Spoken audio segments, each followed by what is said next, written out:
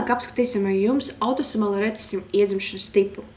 Tad pirmais punkts, kā mēs varētu būt pārliecināti, ka mums priekšā ir tieši recesīvas iedzimšanas tips, ir tas, ka mums slimo gan sievietes, gan vīrieši. Un otra ļoti svarīga pazīme ir, ka pilnīgi veseliem vecākiem pēkšņi piedzimst slīmi bērni. Ja?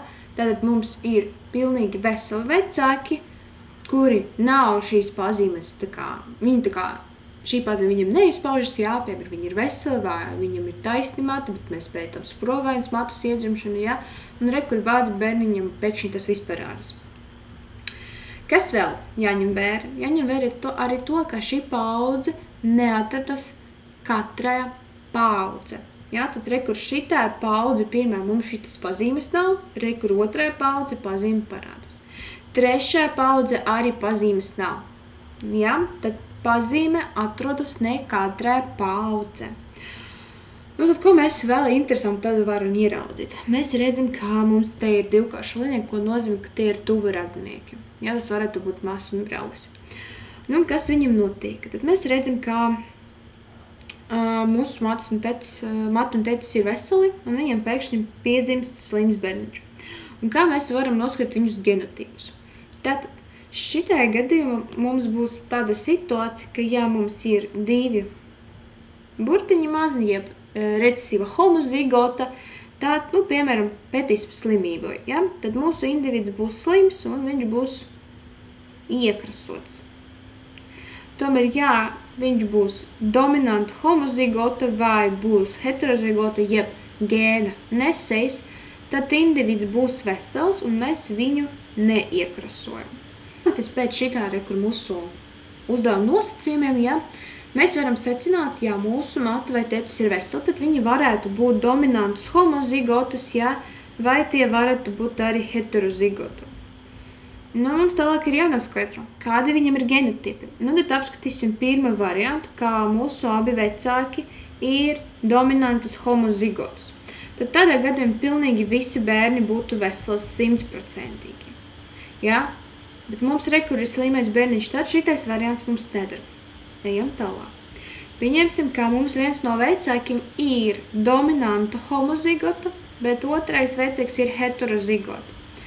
Tad tajā gadījumā mums pusi no bērniem būtu dominantus homozigotus vai heterozigotus. Ja, kā es to ieguvu, kur šeit bija gamēta, šeit mums ir tādas gamētas, taisam peneta režģi, ja, savienojam un iegūsim mūsu rezultātu. Un tad mums ir jāsaprot, ka arī dotajā varianta mums visi pēctecēji būs veseli. Jā, viens no tiem varētu būt gēna nesējs, bet viņš būs pilnīgi vesels, jā, jo viņš ir heterozigota. Nu, tad varētu būt arī trešais variants, ka abi vecāki ir heterozigotus. Nu, ja jūs atceraties Mendeļa likumu, tad jums ir jāzina, ka krustojot savā starpā divas heterozigotus, mums sanāks tāda genotipu attiecība. Jā, un tad šitā gadījumā mēs redzam, ka kur mums var parādīties recesīva homozigota, jeb mūsu slimais šitais individs. Un tad mums der kur šitais variants. Tad visu ņemam nost.